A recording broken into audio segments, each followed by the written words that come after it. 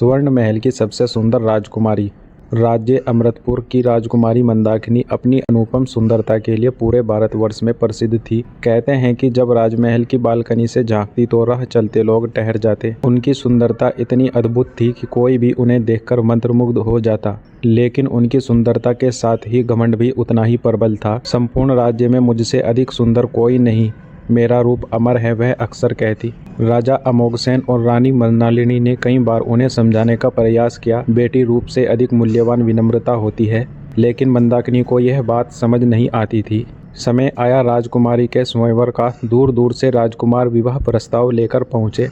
हर कोई उनका हाथ थामने के लिए उत्सुक था, परंतु मंदाकिनी ने एक अजीब शर्त रखी। जो भी मुझसे विवाह करना चाहता है उसे यह युद्ध करना होगा कि मुझसे अधिक सुंदर है। राजा और रानी ने इस निर्णय का विरोध किया और मंदाकिनी अपनी जिद पर अड़ी रही। स्वयंवर की रात से पहले राजमहल में एक रहस्यमय साधु आया। उसने मंदाकिनी को देखकर कहा, राजकुमारी, सुंदरता अक्षणिक होती है, अहंकार छोड़ दो वरना तुम्हारा रूप तुम्हारी सबसे बड़ी सजा बन जाएगा। मंदाकिनी हंस पड़ी, कोई मेरी सुंदरता छीन नहीं सकता, जाओ अपना अभिशाप अपने पास रखो। साधु मुस्कुराया और बोला, तो यह भी सही है, अब भाग्य तुम्हें सिखाएगा।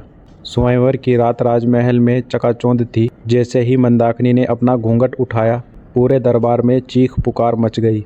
दर्पण में उनकी छवि विकृत हो चुकी थी। उनकी त्वचा झुर्रियों से भर गई थी। सुंदर केस सफ़ेद हो गए थे और आंखों के नीचे गहरे धब्बे आ गए थे। मंदाकिनी चीख पड़ी, यह कैसे हुआ? सभी राजकुमार डरकर भाग गए। मंदाकिनी रोने लगी, लेकिन कोई उन्हें सांत्वना नहीं देने आया। राजा रानी इस घटना से स्तब्ध रह गए, लेकिन मंदाकिनी के घमंड के कारण कोई सहानुभूति प्रकट नहीं कर रहा था। धीरे धीरे वह महल में अकेली हो गई। दास दासियां भी उनसे कतरने लगे। वह अब तक अपने सौंदर्य के कारण पूजी जाती थी, पर अब उन्हें तिरस्कार झेलना पड़ रहा था। एक दिन वह महल छोड़कर जंगल में चली गई। वहाँ उन्होंने एक साधु की कुटिया देखी। भूखी और थकी मंदाकिनी ने साधु से भोजन मांगा। साधु ने उनकी हालत देखी और कहा, यदि तुम सच में अपने घमंड से मुक्त होना चाहती हो तो मानवता की सेवा करो।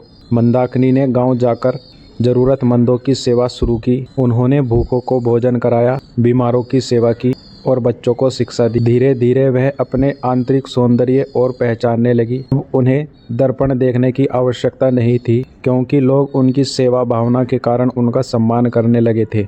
एक दिन वही रहस्यमयी साधु प्रकट हुआ। उसने मंदाकिनी से पूछा, अब तुम्हें क्या अधिक मूल्यवान लगता है, रूप या सेवा? मंदाकिनी ने सर झुका दिया।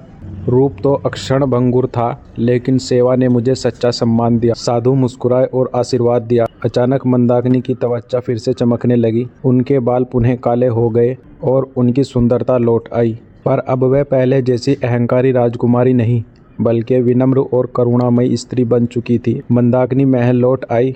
उन्होंने अब रूप के बजाय बुद्धिमत्ता और सेवा को प्राथमिकता। कुछ वर्षों बाद उन्होंने एक साधारण लेकिन पारंपरिक सेनापति से विवाह किया, जिसने उनकी आंतरिक सुंदरता को देखा था। अब लोग उन्हें उनकी